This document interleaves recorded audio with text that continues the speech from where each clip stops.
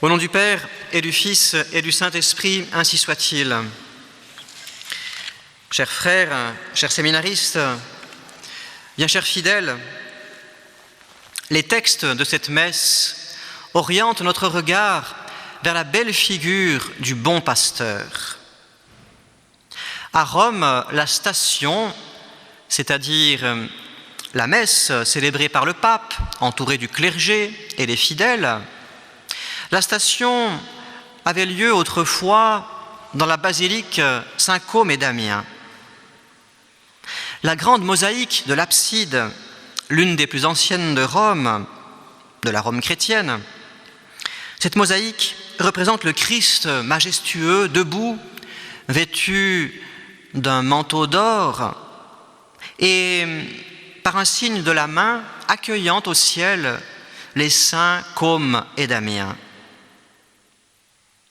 Au-dessous, l'agneau pascal, avec de part et d'autre 12 agneaux qui convergent vers lui, figurant les 12 apôtres et toute l'Église. Les fidèles avaient donc devant les yeux ces belles images du Christ Jésus à la fois pasteur et agneau. Ce dimanche était une véritable fête en l'honneur du bon pasteur.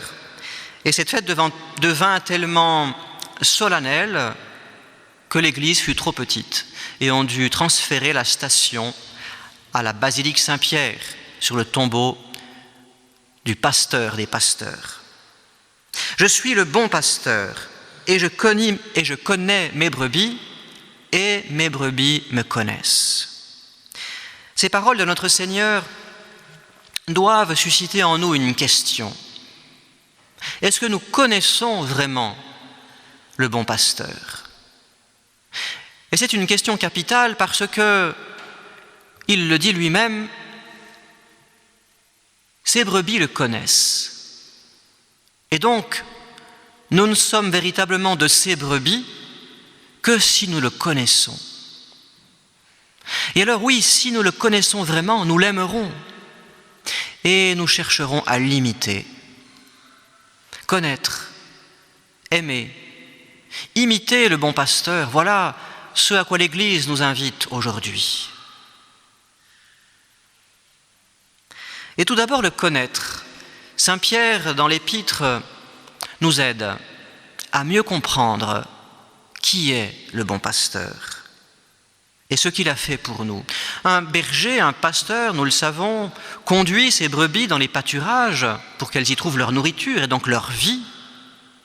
Un berger est aussi celui qui protège le troupeau de tous les dangers. Le Christ Jésus est venu dans ce monde pour nous racheter du péché. Il s'est chargé lui-même de tous nos péchés et les a expiés à notre place sur la croix. Ce faisant, il nous a procuré la vie surnaturelle, la vie de la grâce, qui doit s'épanouir au ciel en vie éternelle. Ce faisant, il a réalisé à la lettre ce qu'il dit du bon pasteur dans sa parabole. Le bon pasteur donne sa vie pour ses brebis.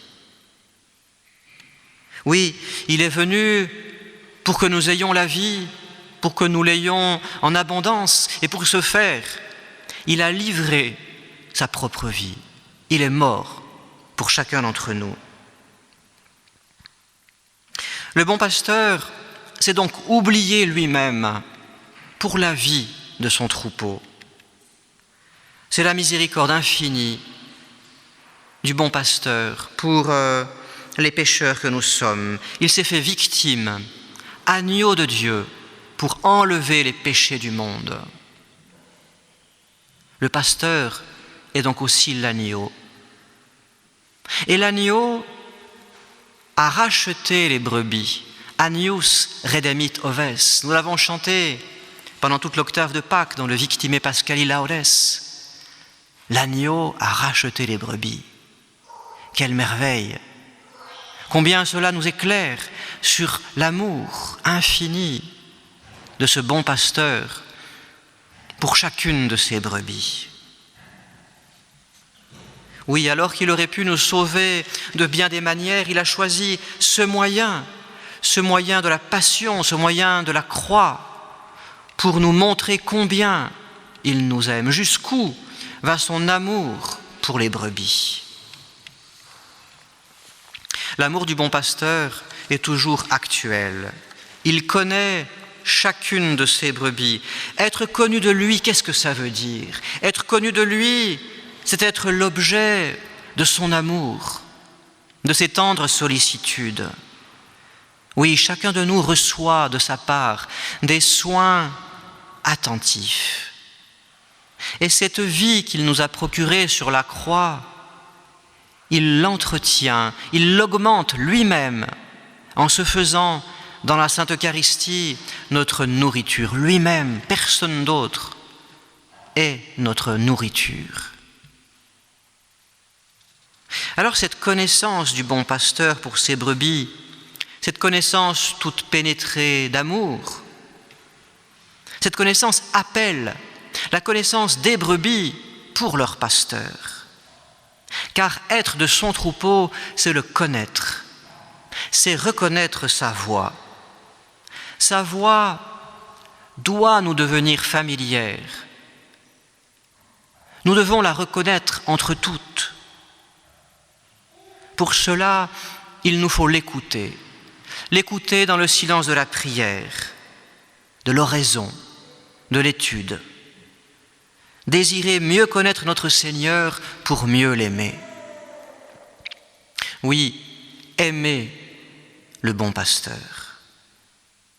Notre amour du bon pasteur ne peut exister sans une connaissance intime de lui. Et donc notre amour doit s'exercer d'abord à reconnaître sa voix, à l'écouter, à se rendre docile à cette voix. Et cela est impossible sans recueillement, sans attention habituelle à sa présence auprès de nous, en nous. Notre amour de Dieu, notre amour du bon pasteur, ne peut avoir d'autre fondement que cette vie intérieure avec lui. Et donc cet amour du bon pasteur doit se concrétiser dans un effort de prière, de recueillement habituel, pour entendre ses appels et pouvoir les mettre en pratique.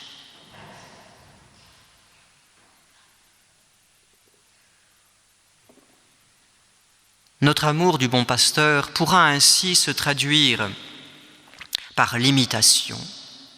Imiter le bon pasteur. Car il est le modèle de son troupeau et plus encore le modèle des pasteurs. Vous, séminaristes, nous, prêtres, nous devons avoir le regard fixé sur le bon pasteur pour l'imiter, pour ne jamais devenir des mercenaires. Le mercenaire s'occupe du troupeau, oui, mais il ne s'en occupe pas comme le veut le bon pasteur. Combien de mercenaires aujourd'hui dans l'Église qui ne conduisent plus les brebis dans les pâturages de la vraie foi, de la vraie doctrine, mais qui les mènent dans des pâturages qui ne les nourrissent pas, les pâturages de l'écuménisme, de l'indifférentisme, de l'écologisme. Ceux-là sont des mercenaires, ils ne sont pas de bons pasteurs. Ils craignent le loup, ils craignent d'être mis à l'écart du monde. Alors, ils abandonnent la prédication de la vraie foi pour enseigner autre chose, pour enseigner des nouveautés qui plaisent au monde.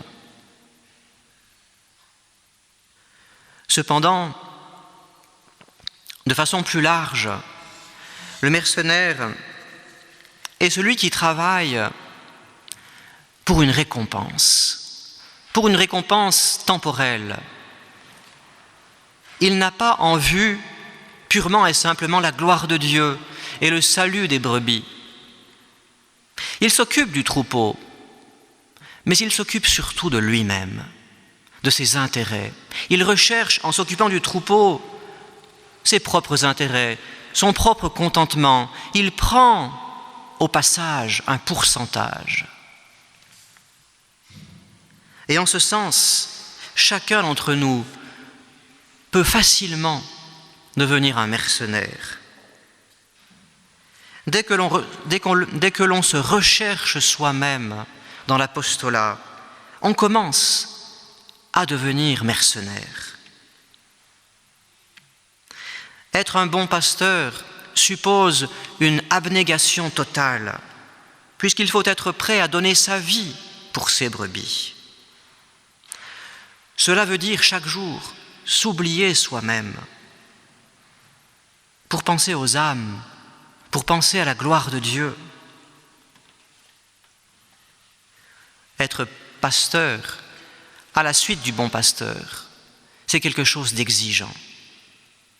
Il faut s'y préparer dès le séminaire, en se donnant totalement au bon pasteur, pour être formé par lui.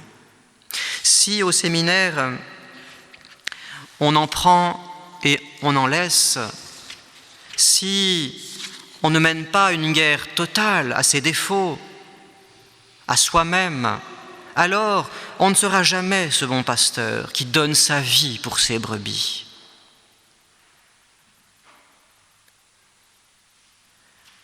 Notre Seigneur est toujours, aujourd'hui, ce bon pasteur qui aime ses brebis et leur procure ce qu'il y a de meilleur. Seulement, n'oublions pas que son amour pour les brebis l'a conduit sur la croix.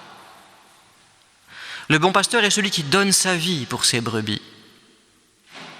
La croix est indissociable du bon pasteur. Et lorsqu'il vient à nous aujourd'hui pour s'occuper de nous, il vient avec la croix, forcément.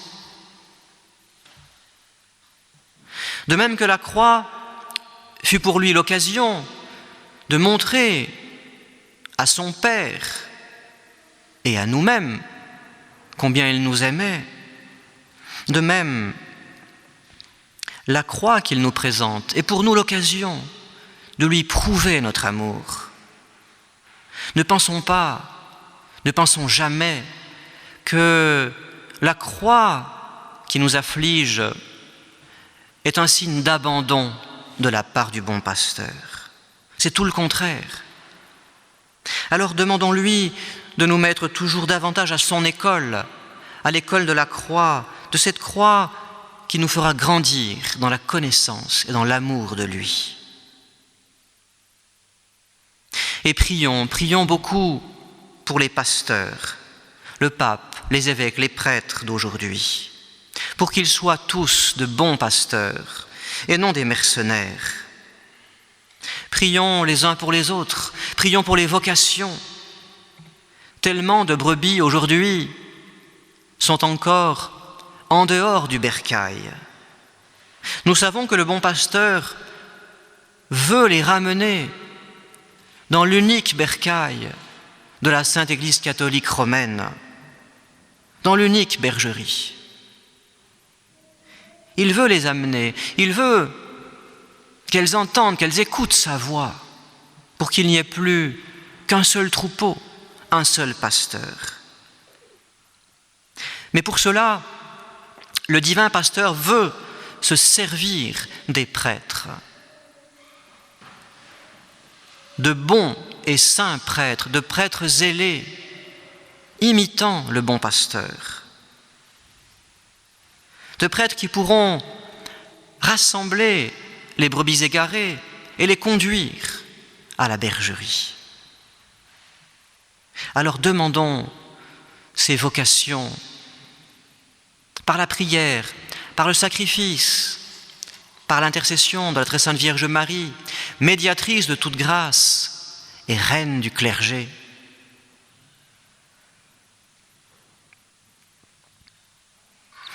La basilique Saint-Côme et Damien, qui servit autrefois de station à ce dimanche, a été aménagée dans le temple de Romulus. Elle fut la toute première église chrétienne à occuper un édifice païen sur le forum romain. Magnifique symbole. Nous sommes appelés aujourd'hui à évangéliser, à rechristianiser ce monde devenu païen. Le bon pasteur nous envoie. Mais pour cela, il a besoin précisément de pasteurs, de bons pasteurs à sa suite. Alors, répondons à son appel.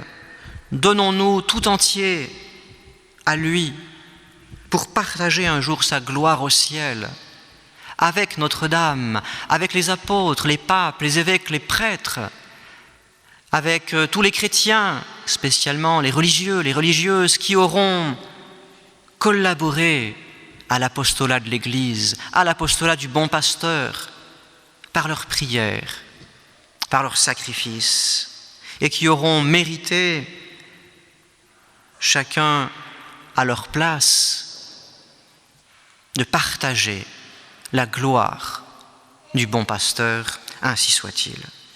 Au nom du Père et du Fils et du Saint-Esprit, ainsi soit-il.